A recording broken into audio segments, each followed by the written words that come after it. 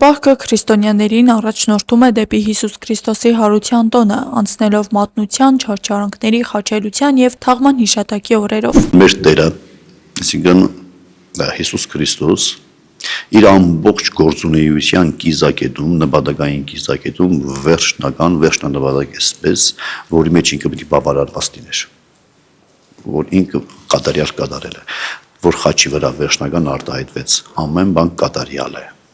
ամեն ինչ որ արեց, ինչ նպատակով արեց, որ ասեց արդեն կատարյալ է,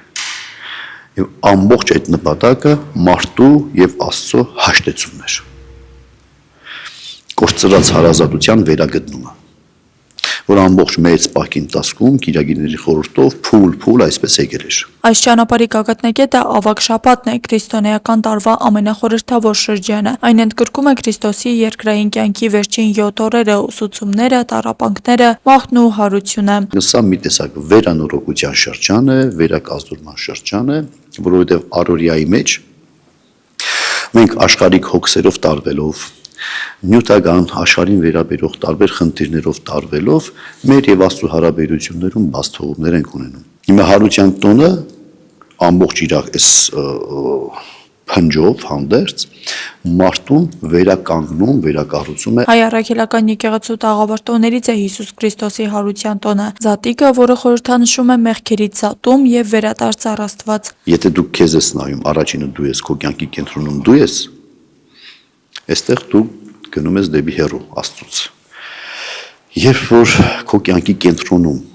քո գոյության իմաստի կենտրոնում արարիչն է իր փառքով եւ իր առաջագործությունը իր ամբողջ գեղեցկությամբ, դու գնում ես դեպի Աստված։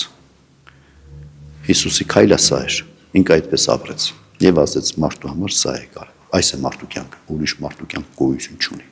Տոնի նախօրեին եկեղեցիներում մատուցվում է ճրակալույցի Սուրբ Պատարագ, ազդարարելով զատկական տոնակատարությունների սկիզբը։ Առավոտյան կատարվում է ժամերգություն, անդաստանի արարողություն, ապա տոնական պատարագ։ Հոգևոր խորհրդից դեպի առօրյա զատիկը նաև ընտանեկան ջերմության ու սեղանի շուրջ միավորման տոն է։ Հայաստանում այն մեծ ժողովրդականություն է վայելում։ Պահքի ավարտին ընտանիքները բացում են զատկական սեղանը, ներկում ձվեր, պատրաստում ձուկ ու ավանդական ուտեստներ։ Մեր զատկական կանգառը Տիկին Սուսաննա Մկրտչյանի խոհանոցում է։ Բոլորս էլ պատրաստում ենք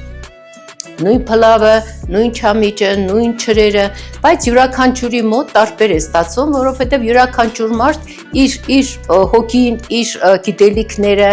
իր այսպես նախասիրությունները դնում է այդ ուտեստի մեջ։ Զատկական սեղանի անբաժան մասն է չամիչով փլավը, որը այս անգամ ներկայացվում է նոր մեկնաբանությամբ՝ չրի, չամիչի եւ դդմի համադրությամբ։ Փլավի շնորհքը յուղն է։ Յուղը շատ պիտի լինի։ Իհարկե մեր ժամանակներում մենք աշխատում ենք խուսափել յուղից, բայց փլավը իսկապես, եթե հանկարծ չոր եղավ, դա համեղ չի ստացվի։ Հիմա այս բրինձը մենք պիտի տնենք կրակին մի քիչ փովվի։ Առանձին տապակում են նաև բաղադրիչները՝ նուշը, չամիչը, չիրն ու դդումը, ինչը թույլ է տալիս պահպանել յուրաքանչյուր համն ու բույրը։ Համադրությունն ամբողջանում է համեմունքներով աղ, շաքար, դարչին եւ մեխակ։ Բրինձի վրա ջուրը լցրեցինք, հիմա ավելացնում ենք քիչ աղ, շաքարավազ։ Հիմա մենք սրանք ավելացնենք, մի 2 թեյիկ տալ 2 թեյիկ տալ շաքարավազ, մի փոքր աղ,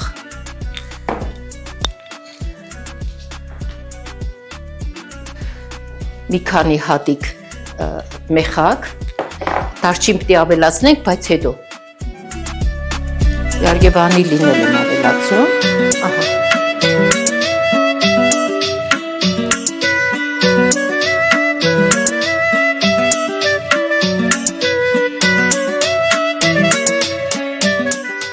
Սրան ավելացնում ենք դարչին։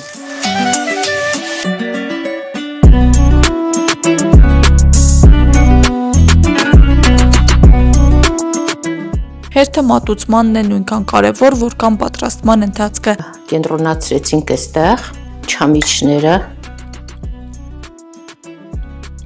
Ահա, ուրեմն այստեղ խնձորին պիտի մենք տեղավորենք, սպասեք մի քիչ իրան մենք նուշ տանք, թող մեզանից չնեղանա, այստեղ բացենք, օպ, ահա,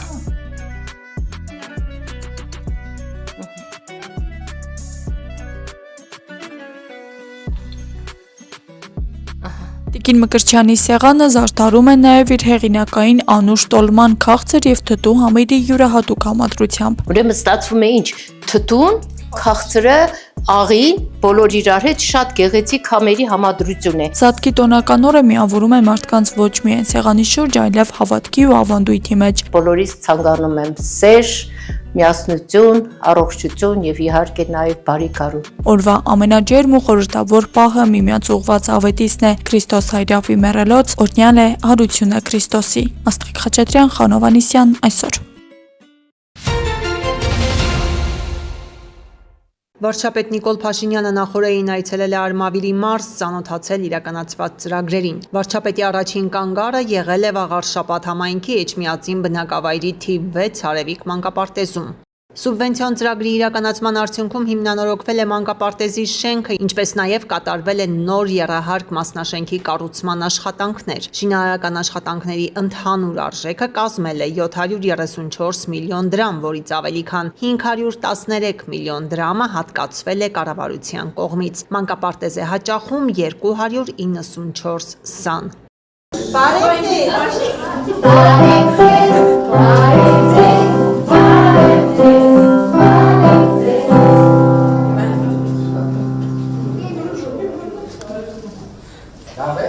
Լավն է ձեր մանկապարտեզը։ Սիրում եք ձեր մանկապարտեզը։ Ճաշերը համով են մանկապարտեզը։ Հաջորդ թիվ վարչապետը ծանոթացել է Արաքս համայնքի մեծամոր բնակավայրի միջնակարգ դպրոցի վերանորոգման աշխատանքներին։ Ծրագրի իրականացման արդյունքում բնակավայրն ունի վերանորոգված դպրոց, նախատեսված 188 աշակերտի համար։ Ծրագրի նպատակով կառավարությունը հատկացրել է ավելի քան 190 միլիոն դրամ։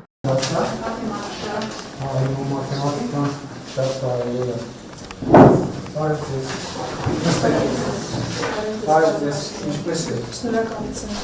Ինչ դասակ, նստեք Լավ եք, նոր դպրոցում։ Ձեզ դուր գալիս է։ 23 ամիսը ստացել եք, չէ՞։ Եվ օգտագործում եք։ Եվ ոնց է ազդում կրթական պրոցեսի վրա։ Օգտագործում եք։ Ստեղելում եք։ Երեխաների ուրախությունն է դա։ Վաղար շաբաթ համայնքում Նիկոլ Փաշինյանին ներկայացրել են Լեռնամերձ բնակավայրում իրականացված գազաֆիկացման աշխատանքները։ Ծրագրի շրջանակում կառուցվել են 2927 գծամետր եւ 3047 գծամետր գազատարներ, որոնց համար գործադիրը հատկացրել է համապատասխանաբար 21 միլիոն 956 հազար դրամ եւ 45 միլիոն 960 հազար դրամ։ Բոլորս պետքա բանը հասկանան։ Համայնքն է գումար դրել, կառավարությունն է դրել, բայց համայնքին ու կառավարությունը որտեղից գումար։ Քաղաքացիների վճարած հարկերից, գույքահար, առաջինը։ Ես դրա համար տեսեք, որ ինչ եմ խնդրում, ասում եմ, որ մտանք խանութ, ինչ որ մի բան վերցրինք, ՀԴՄ դրա դիմաց տվինք եւ ստացանք, թե չէ։ Եթե տվինք ստացանք,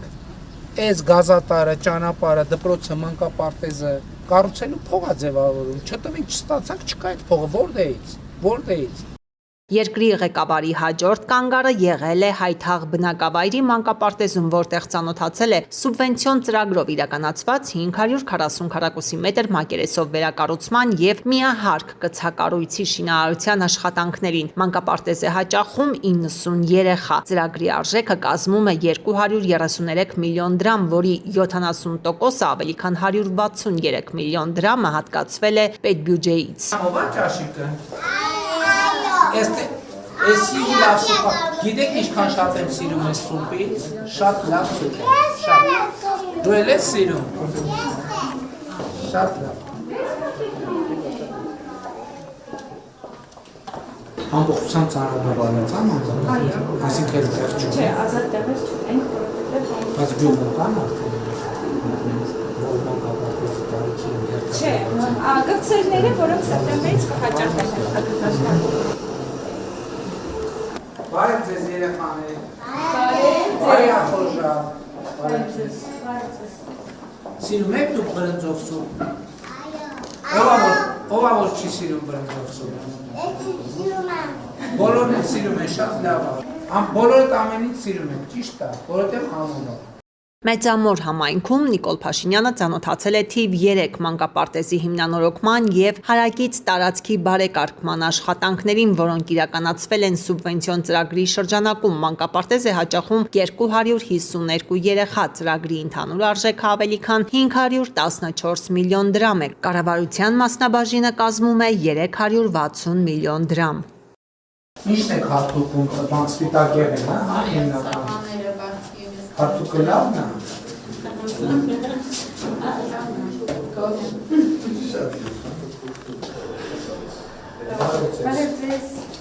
Ո՞նց է երեխեքի առողջությունը։ Շատ լավ, ենք դժգոհ։ Ձեր դեպքեն դեպքա, որ մենք ձեզ ցանկանում ենք հնարավորինս քիչ աշխատանք ունենալ։ Հնարավոր երեխեքի բոյ չափել բան չէ, գրեն ինչքան են հնարավոր փառք ասում ես ապա նորմալ դրա ամեն ինչով դեղ օրայքից ու իսկ երեխեքի բոյը նորմալ աճում է։ հա Ոնց է։ Ես ինչ եք դες։ Էս մանի։ Ուտելի չկա մեջ։ Այդ ճաշիկին ինչ եք մոտուցելու։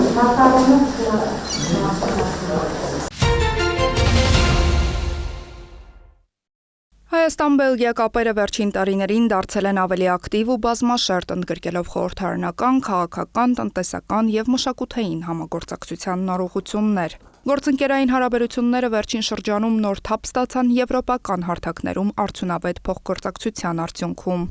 Այս շաբաթ մեր երկիր էին այցելել Բելգիայի թագավորության խորհրդարանի Բելգիա-Հայաստան բարեկամական խմբի անդամները։ Նախ հանդիպում խորհրդարանի ղեկավարի հետ։ Սրույցի առանցքում էին երկկողմ կապերին, Հայաստանում ընթացող ժողովրդավարական բարեփոխումներին, Հայաստանի ու Ադրբեջանի միջև հաստատված խաղաղության գործընթացին ու տարածաշրջանային զարգացումներին վերաբերող հարցերը։ Հաջորդ հանդիպումը երկու երկրների խորհրդարանների բարեկամական խմբերի միջև էր։ Անդրադարձ եղավ Հայաստան-Բելգիա համագործակցության զարգացմանը, որը հիմնված է ընդհանուր ժողովրդավարական արժեքների եւ փոխադարձ հարգանքի վրա։ Բրյուսելում զգում են ջերմ կապը Հայաստանի հետ, հանդիպման սկզբում նշեց բելգիացի պատվիրակը, վկայելով, որ երկու երկրների միջև բարեկամական հարաբերությունները խորանում են եւ այդ գործընթացում նոր ձեռքբերումներ գրանցելու առումով ջանք պետք է չխնայել։ Հայաստանի եւ Բելգիայի միջև բարեկամությունը հիմնված է ընդհանուր եւ համատեղ արժեքների վրա՝ ժողովրդավարություն, օրենքի գերակայություն, խաղաղություն, կայունություն։ Եվ այդ արժեքները մեր ընդհանուր արժեքներն են, որոնց վերաբերյալ շատ քննարկումներ են լինում Բելգիայի խորհրդարանում։ Հանդիպման ընթացքում քննարկվեցին նաեւ տարածաշրջանային զարգացումներին վերաբերող հարցեր։ Երկուստեք փոխանակվեցինք այն մտքերով, որ անհրաժեշտ է խորացնել խաղաղությունը, կայունացնել իրավիճակը եւ շարունակական մղումներով հասնել խաղաղության պայմանագրի վերջնական ստորագրման, տարածաշրջանի վերջնական կայունացման եւ Հայաստան-Ադրբեջան հարաբերությունների վերջնական կարգավորման։ Պատվիրակության հաջորդ հանդիպումն արտաքին հարաբերությունների մշտական հանձնաժողովի նախագահի ու հանձնաժողովի ներկայացուցիչների հետ էր։ Առանցքում երկկողմ հարաբերություններից մինչև աշխարհաքաղաքական զարգացումներին վերաբերող հարցերն էին։ Մեր երկրում Հայաստանի վերաբերյալ բազմաթիվ քննարկումներ են տեղի ունեցել եւ ներկայում էլ մենք հետաքրքրված ենք թե Հայաստանում, թե տարածաշրջանում տեղի ունեցող զարգացումներով։ Պետք է նշեմ նաեւ, որ այս 5 տարիների ընթացքում մենք 4 բանաձև ենք ընդունել, որոնք վերաբերում են մեր բարեկամ երկրին Հայաստանին։ Բելգիա-Հայաստան բարեկամական խմբի վերջին հանդիպումից հետո շատ իրադարձություններ են տեղի ունեցել։ Սարգիս Խանտանյանն էլ ներկայացրեց վերջին զարգացումները։ Բելգիացի գործընկերները հետաքրքրվում էին, թե ինչպես են ընթանում բանակցությունները, ինչպես է ընթանում խաղաղության գործընթացը եւ մեր հարևանների հետ հարաբերությունների կարգավորման գործընթացները։ Պատերազմի ընթացքում եւ դրանից հետո Բելգիայի մեր գործընկերները մի շարք բանաձևեր են ընդունել խորհրդարանում՝ ի աջակցություն Հայաստանի եւ այդ բանաձևերը շատ կարեւոր են եղել միջազգային հարթակներում մեր շահերը առաջ մղելու եւ Հայաստանի հետ կապված հարցերի տեսանելիությունը բարձրացնելու համար, ինչի համար շատ շնորհակալ եւ երախտապարտ ենք մեր գործընկերներին։ Կողմերն անդրադարձան նաեւ Հայաստան-Բելգիա եւ Հայաստան-Եվրոպական միություն փոխգործակցությանը։ Բելգիան ամենակարևոր աջակիցներից է մեր գործընկեր երկրներից է Եվրոպական միության շրջանակներում եւ այս առումով մենք քննարկել ենք Հայաստանի եվրոպական ձգտումները, այն բոլոր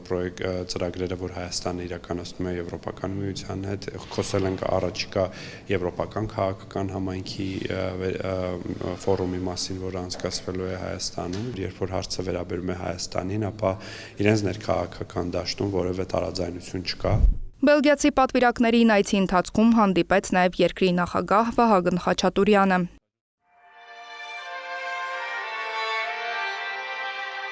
Մինչ Հայաստանից հեռանալը Բելգիայի թագավորության խորհրդարանի Բելգիա-Հայաստան բարեկամական խմբի ներկայացուցիչները եղան նաև Ծիծեռնակաբերդի հուշահամալիրում ու հարգանքի տուրք մատուցեցին Սուրբ նահատակների հիշատակին։ Իսկ Հայոց ցեղասպանության թանգարան ինստիտուտում բելգիացի պատվիրակները գրառում կատարեցին պատվավոր հյուրերի հուշամատյանում։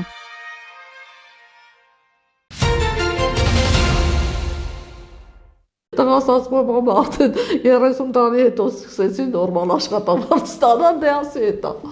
3 տասնամյակ անց առաջին անգամ շնորհակալական խոսքերից ու բուժված պացիենտների ժպիտներից ստացած դրական էմոցիաներից բացի բժիշկ Բլդրյանը հարազատ պոլիկլինիկայից տուն է տարել նաև, ինչպես ինքն է ասում, արժանապատիվ աշխատավարձ։ Եթե գնահատվում է աշխատանքդ եւ շնորհակալական հիվանդների, հիմնականում հիվանդների ծնողների կողմից դու ինքդ շատ լավ ես զգում, պլյուս եթե ֆինանսն է լինում, դա արդեն ավելի ես դու զգում քո կատարած աշխատանքի արդյունքը։ Քո կատարած աշխատանքի արդյունքը աշխատավարձի տեսքով հիմա միմիայն կախված է կատարածդ աշխատանքի ծավալից, սկզբունքը ոչ միայն ձեռնտու, այլև արդար է, նկատում են հենց իրենք, բուժաշխատողները։ Սկզբունքը միանշանակ ճիշտ է, որովհետև ես տարիներ շարունակ մեծ թվերի հետ եմ աշխատել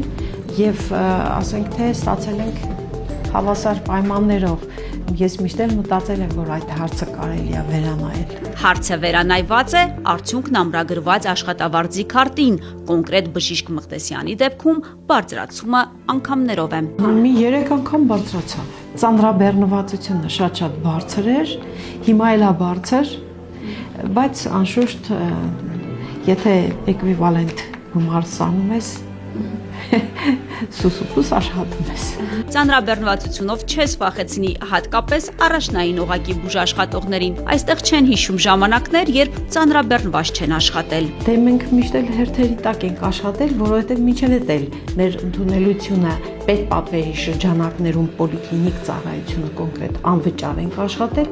Մենք բավականին շատ այցելություն ունենք ու ոնց որ այդքանի դիմացել մեզ վարձատրեցին։ Ես երևի կրկնակի աշխատավարձ եմ ստացել, սպասելի չէր։ Ճիշտ ասած անորոշ էր, ես չգիտեմ էլի, չգիտեի ինչքան կվարձատրվեն։ Թեկուզ 20,000 ավելանակ, թեկուզ 30,000 ավելանակ, եթե ավել ստանամ, գող կլինեմ։ 100,000 դրամով եղավ ավելացումը, անսպասելի էր, խոստովանում է բժշկուհին, բարձրացել է նաև նրա հետ աշխատող բուժքրոջ աշխատավարձը։ Ամեն մեկը մի բան որ ասում է, չի, բայց դե որ հստակ արդեն մենք ականատես եղանք մեր աշխատավարձը որ բարձր արդեն համոզվեցինք։ Էջմիածնի բժշկական կենտրոնում վստահեցնում են, չկա մեկ բուժաշխատող, ում աշխատավարձը նվազած լինի։ Նախարարությունը սահմանել է մինիմալ նշածով, բնականաբար հաշվարկների հիման վրա, կախված ԲԿ-ի ֆինանսական հնարավորությունից, ԲԿ-ի տնօրենները բացարձակապես լիազորված են որոշում կայացնելու, հասկանալու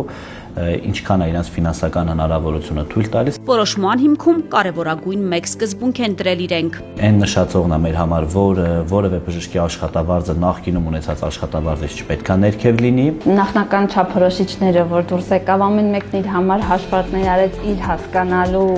չափով։ Դրա համար տպավորություն ստեղծվեց, որ կնվազի տոկոսները ցածր եւ այլ։ Բայց երբ որ եկան այդ թվերը, այն թվերը, որը որ ստացել էինք, աշխատել էին բժիշկները, ներկայացրել էինք, հաշվարկն արվեց մեր ԲԿ-ում մենք աշխատավարձի նվազում չենք ունեցել։ Առողջության համընդհանուր ապահովագրությամբ պայմանավորված առաջին եռամսյակում Էջմիածնի պոլիկլինիկայի միայն մանկական իմուն կաբինետի բժշկի, հոգեբույժի եւ ֆտիզիատրի աշխատավարձում ավելացում չի գրանցվել։ Մինչև հստակ լուծում գտնելը այս մասնագետների աշխատավարձը կշարունակվի կոմպենսացվել պոլիկլինիկայի հաշվին։ Թեհրանի արևմտյան եւ հարավային շրջաններում այս գիշեր հզոր պայթյուններ են որոտացել։ Լրատվամիջոցները հայտնել են էլեկտրաէներգիայի ընդհատումների մասին։ Հաղորդվում է նաեւ Թեհրանի հյուսիսում գտնվող Դարբանդ լեռան եւ Գուլաբ Դարայի հրթիռային բազաների ուղղությամբ մոտ 20 հարձակման մասին։ ԶԼՄ-ների տվյալով Խորամաբադում Իրանի զինված ուժերի Իմամ Հուսեյն ռազմաբազան ոչնչացվել է։ Պայթյուններ են որոտացել նաեւ Իրանի Աբադան նավահանգստային քաղաքում Իրաքի հետ սահմանին։ Նշվում է նաեւ, որ Իրանը հրթիռային հարվածներ է հասցրել Իսրայելին։ Թիրախում են եղել Թել Ավիվը, Բեերշևայի ռազմական գործարանը, Նեգևում պահպանվող տարածքը եւ այլ վայրեր։ Լրատվամիջոցները նշել են, որ հարված է հասցվել նաեւ Բահրեյնի բնակելի հատվածներից մեկին։ Իրաքի հարավ-արևելքում գտնվող նավթային ընկերություններից մեկի օբյեկտում էլ հրդեհ է բռնկվել անօդաչու թռչող սարքի ընկնելուց հետո։ Զոհերի եւ վնասի չափերի մասին տվյալներ չկան։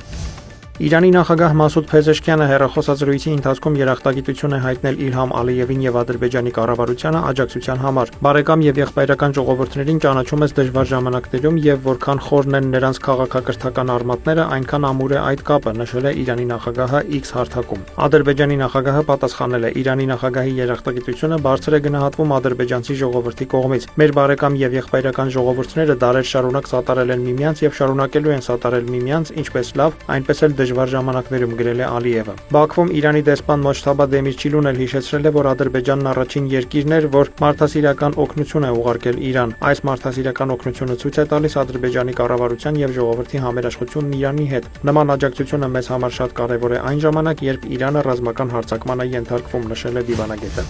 Միաժամանակ շարունակվում է նաև ռուս-ուկրաինական հակամարտությունը։ Ռուսական կողմի տվյալով Տագանրոգում ուկրաինական անօդաչու թռչող սարքերի հարձակման հետևանքով 1 մարդ է զոհվել, 4-ը տուժել։ Տոլյատիում հարձակման է ենթարկվել 2 գործարան։ Ռոստովի մարզի ղեկավար Յուրի Սլյուսարը հայտնել է, որ անօդաչուի բեկորների ընկնելու պատճառով հրդեհ է բռնկվել ափից մի քանի կիլոմետր հեռու գտնվող Բեռնանավում։ Ռուսաստանի պաշտպանության նախարարությունն էլ հայտնել է, որ անցած գիշերվա ընթացքում ՀՕՊ հերթապահ միջոցներով Բելգորոդի, Բրյանսկի, Վորոնեժի, Կուրսկի, Օրիոլի, Ռոստովի, Սարատովի, Տուլայի մարզերի, Ղրիմի տարածքների եւ Սևտովի ջրային ավազանի տարածքի վրա որսացվել եւ ոչնչացվել է 85 ուկրաինական ԱԹՍ։ Ուկրաինան հայտնել է Սումիի շրջանին հարվածների մասին։ Նշվում է, որ դրոններից մեկը հարվածել է բնակելի շենքի 16-րդ հարկին։ Թիրախավորվել են նաեւ մասնավոր բնակելի տներ։ Նախնական տվյալով վնասվածք է ստացել 7 մարդ, այդ թվում 1 երեխա, ասված է Ուկրաինայի արտակարգ իրավիճակների պետական ծառայության հաղորդագրության մեջ։ Նախագահ Վոլոդիմիր Զելենսկին էլ ավելի վաղ հայտարարել էր, որ իրավիճակն Ուկրաինայի համար ռազմաճակատի գծում այժմ լավագույնն է վերջին 10 ամսվա ընթացքում։ Նա հավելել է, որ իրավիճակը շարունակում է բարդ մնալ։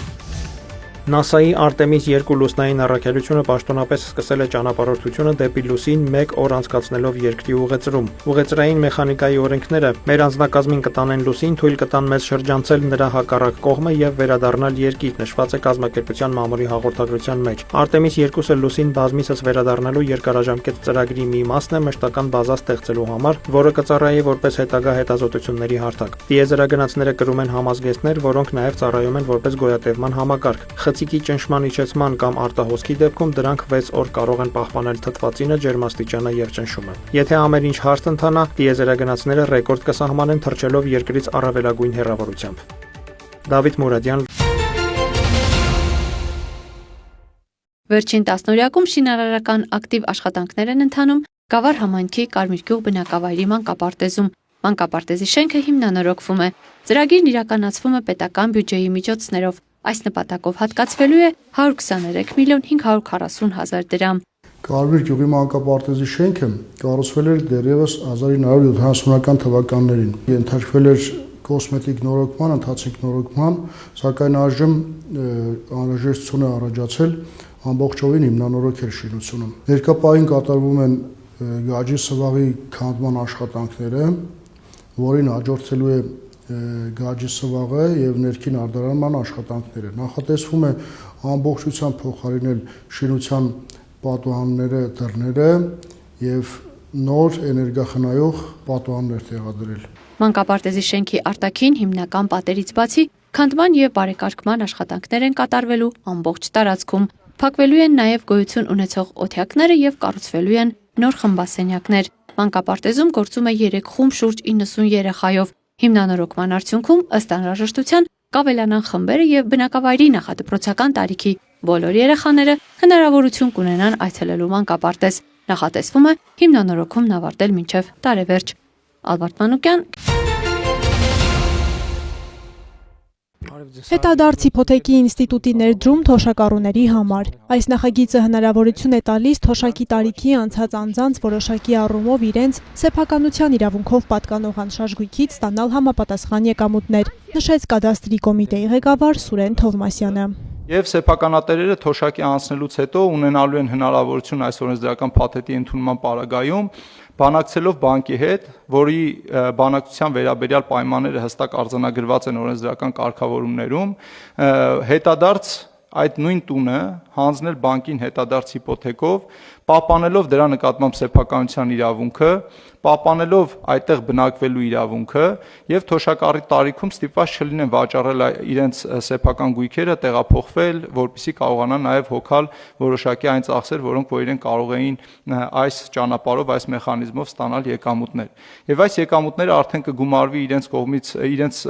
համար վճարվող թոշակներին, կդառնա հավելյալ միջոցներ, որպեսզի իրեն կարողանան ավելի բարեկեցիկ կյանքով ապրել։ Մյուս նախագիծը վերաբերում է ամուսնու բացառիկ սեփականության ինստիտուտի ներդրմանը, որը ենթադրում է հետևյալ կարգավորումը։ Երբ որ ամուսնական կյանքի ընթացքում ամուսինները ձեռք են բերում որևէ անշարժ գույք բնակելի, իրենք տիրապետում են այդ անշարժ գույքը համատեղ սեփականության իրավունքով եւ որևէ ամուսնու մահից հետո ժառանգության ծավալ է բացվում եւ ժառանգորդները հայտնվում են կենթանի մնացած ամուսնու հետ եւ դառնում են համասեփականատերեր։ Այս ինստիտուտի ներդրմամբ մենք թույլ ենք տալիս, որպեսզի քաղաքացիները իրենց ընտրությամբ, ամուսինները իրենց ընտրությամբ ընտրեն իրավունքի այս տեսակը, որը թույլ կտա որևէ ամուսնու մահից հետո սեփականության իրավունքը մեկանձնյա պահով պահպանել կենթանի մնացած ամուսնու համար եւ հետագայում արդեն երկրորդ ամուսնու մահից հետո նոր այս գույքը կտրվի ժառանգության։ Էներգետիկայի բնագավառում եւս մեկ լիցենզավորման տեսակ կավելացվի։ Խոսքը պահեստավորման լիցենզիայի մասին է։ Կառավարության նիստում տարածքային կառավարման եւ ենթակառուցվածքների նախարար Դավիթ Խուդատյանը ներկայացրեց նախագիծը, որը վերաբերում է կուտակիչ կայաններին լիցենզիա տրամադրելուն։ Հանրային ծառայությունները կարգավորող հանձնաժողովը այսուհետ կտրամադրի լիցենզիաներ եւ նման լիցենզիա ունեցող անձին կտրվի լիցենզիայով սահմանված տարածքում էներգիա պահեստավորելու հնարավորություն։ Միաժամանակ կտրվի հնարավորություն նաեւ շուկայի կանոններին համաձայն մեծածախ շուկայում էլեկտրական էներգիա գնելու եւ վաճառելու շուկայի մասնակիցներին պահեստավորման ծառայություն մատուցելու իրավունք, լիցենզավորման ենթակա չլինի մինչեւ 1 մեգավատ հզորությամբ պահեստավորող կայանում էներգիայի պահեստավորումը, ինչպես նաև 1 մեգավատից ավել հզորությամբ կայանում բացառապես սեփական կարիքների համար էլեկտրաէներգիա պահեստավորելու գործունեությունը։ Հայաստանի Հանրապետությունում վերջին տարիներին արևային կայանների տեղադրման թռիչքաձև աճ է գրանցվել, նշեց Հանրային ծառայությունները կարգավորող հանձնաժողովի նախագահ Մեսրոպ Մեսրոպյանը։ 2030 թվականին մենք պետք է ունենայինք հանրապետությունում 1000 մեգավատ արևային կայաններ, բայց արդեն 25 թվականի ավարտին այդ հզորությունը գերազանցում էր 1000 մեգավատը եւ մարտի 1-ի դրությամբ 26 թվականի մենք գումարային արևային կայանների հզորությունը հասնում է 1141 մեգավատի, որից 479 մեգավատը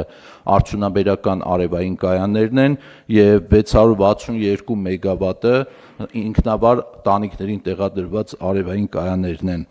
Մեր ավանդույթից եւ պատմությունից սովոր ենք, որ մեր մեծագույն խնդիրներից մեկն այն է, որ մեծ էներգառեսուրսներ չունեցող երկիր ենք, նշեց վարչապետ Նիկոլ Փաշինյանը, մտածողության փոփոխության անհրաժեշտություն կա։ Մենք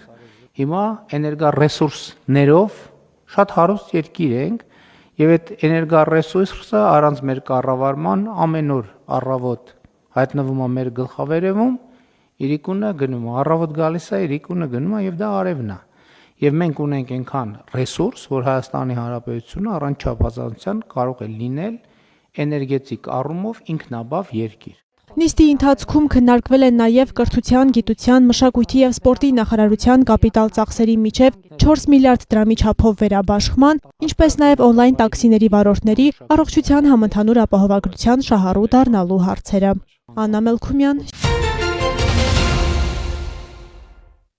Մարտի 17-ի գիշերը ժամը 2-ին օպերատիվ կառավարման կենտրոնը հազանգած երիտասարդը հայտնել է, որ մայրաքաղաքի Արգիշտի փողոցի իրենց շենքի բակում 5 անձ անհարկի վիճել է իր հետ, հասցրել հարվածներ, վերցրել գետնին ընկած բջջային հեռախոսն ու փախել։ Նախաձեռնվել է քրեական վարույթ, ֆիզիկական ներգործության եւ կողոպուտի հատկանիշներով։ Օպերատիվ հետախուզական միջոցառումների արդյունքում պարզվել է անձանց ինքնությունը։ Աբովյան քաղաքի բնակիչ 18-ից 20 տարեկան երիտասարդներ են։ 5-ն էլ ձերբակալվել են Խոստովանել արարքը եւ կազմված փաստաթղթերի հետ ներկայ ներկայացվել նախաքննական մարմին։ Նախաքննությամբ հանգամանքները պարզվում են։ Օրերս Երևանի գնդի պարեկները ստացել էին տեղեկություն, որ VAZ-2109-ի վարորդը մայրաքաղաքի Իսակովի պողոտայում խցանման ժամանակ մեքենան վարում էր հետիոտնի համար նախատեսված հատվածով։ Պարեկների ձեռնարկած միջոցառումներով մեքենան հայտնաբերվել եւ տեղափոխվել է պահպանվող հատուկ տարածք։ Նույն պողոտայում կրկին խցանման ժամանակ հետիոտնի համար նախատեսված հատվածով էր վարում նաեւ Mercedes-ի վարորդը։ Այս դեպքում նույնպես մեքենան հայտնաբերվել եւ տեղափոխվել է պահպանվող հատուկ տարածք։ Վարորդների նկատմամբ կազմվել են վարչական իրավախախտման վերաբերյալ արձանագրություն։ Ներքին գործերի նախարարության ոստիկանությունը կրկին հորդորում է խստագույնս պահպանել ճանապարհային երթևեկության կանոնները։ Բոլոր իրավախախտները հայտնաբերվելու եւ ենթարկվելու են պատասխանատվության։